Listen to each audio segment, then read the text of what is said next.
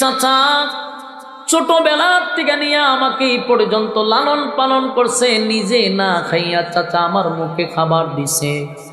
আমার বিরুদ্ধে কেউ কথা বললে চাচা সর্বপ্রথম তরবারি লইয়া আগে দাঁড়াইছে। চাচা আমার সঙ্গে 3 বছর কারাবন্দী ছিল।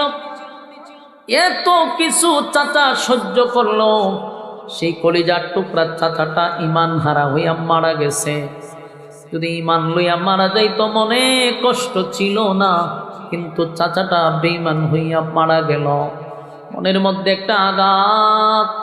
তারপরে আমার কোনো অভিযোগ নাই, আমার কোনো অভিযোগ নাই মালিক, কারণ আপনি নিয়ে গেছেন, এখানে কোনো অভিযোগ চলে না। 2 নাম্বার হলো আমার স্ত্রী, আমার কলিজার টুকরা প্রিয়তমা খাদিজা দুনিয়ার থেকে বিদায় হয়ে গেছে।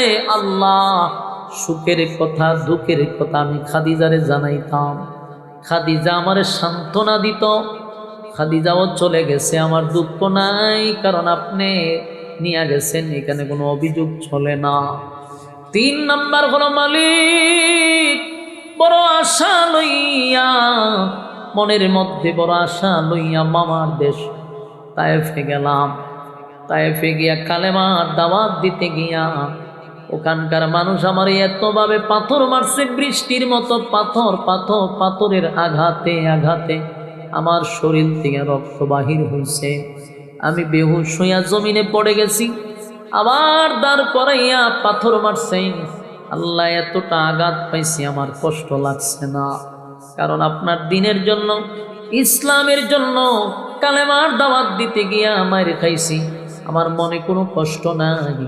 আপনার দিন প্রচার করতে গিয়ে মার খাইছি, শাহাদাত বরণ করলেও আমার কোনো কষ্ট নাই। কিন্তু কেন আমি এই জন্য কান্দি না?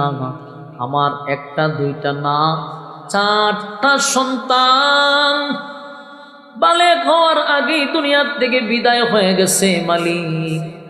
যদিও আমার কলিজার টুকরা সন্তানগুলি আপনি দিছেন, আপনি নিছেন, অভিযোগ চলে না।